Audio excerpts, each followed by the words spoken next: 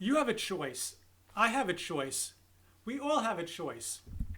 With all the lemons surrounding us these days, we can either be buried in the bitterness or squeeze out some really meaningful and life-changing lemonade.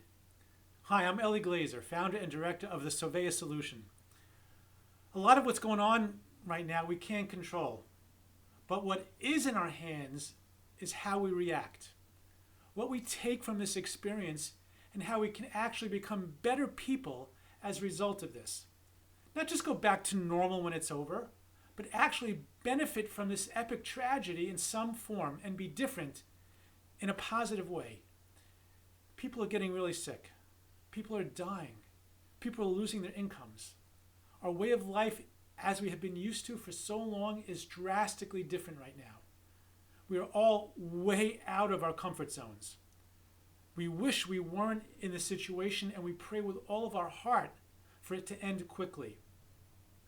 But while we are living through this in real time, we can still take the opportunity to squeeze out some lemonade, to observe, internalize, experience a lesson or event that shows the best of us and the best of mankind and leaves us better off as a result, not just the same. Now, the dean of my rabbinical college, Rabbi Weinberg of blessed memory, often told the story of a conversation he once had with a wealthy man. This rich guy was going on and on about all his incredibly lavish and exotic vacations he took all over the world. So Rabbi Weinberg asked him which one was the most memorable, which one stood out to him most over all the years. He said, "That's easy, Rabbi. By far the most memorable was a simple sightseeing ferry ride he took along the Hudson River in New York City many years ago." So Rabbi Weinberg was confused. Of all the far-out destinations and luxurious trips, what made this one of all stand out? "Well," the guy said, "in the middle of the ride, another person on the tour fell overboard and was drowning in the polluted river. I had been a lifeguard as a kid and I jumped in to rescue him.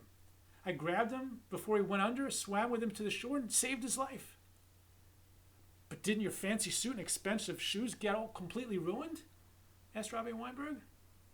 "Of course they did," the guy said. "But I didn't care. Hey, I saved the guy's life." Rabbi Weinberg shared that story with us many times to illustrate the point that every human being strives for meaning in their lives. We certainly don't want meaning to come in the form of hardship, but nevertheless, we need to take the opportunity in whichever way it presents itself.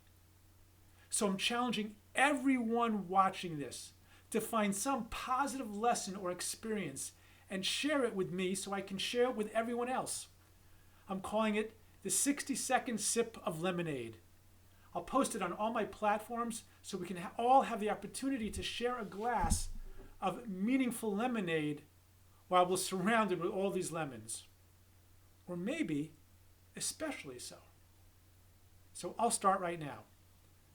Last Friday night, during our Shabbat dinner, my wife, kids, and I had an incredibly engaging and profound discussion about the purpose of life, community, and society at large. Even though we were all facing this uncertainty for the first time, it brought out such thoughtful and genuine dialogue that lasted for a few hours. Now, our Shabbat dinners are always enjoyable, and I'm always proud of my kids.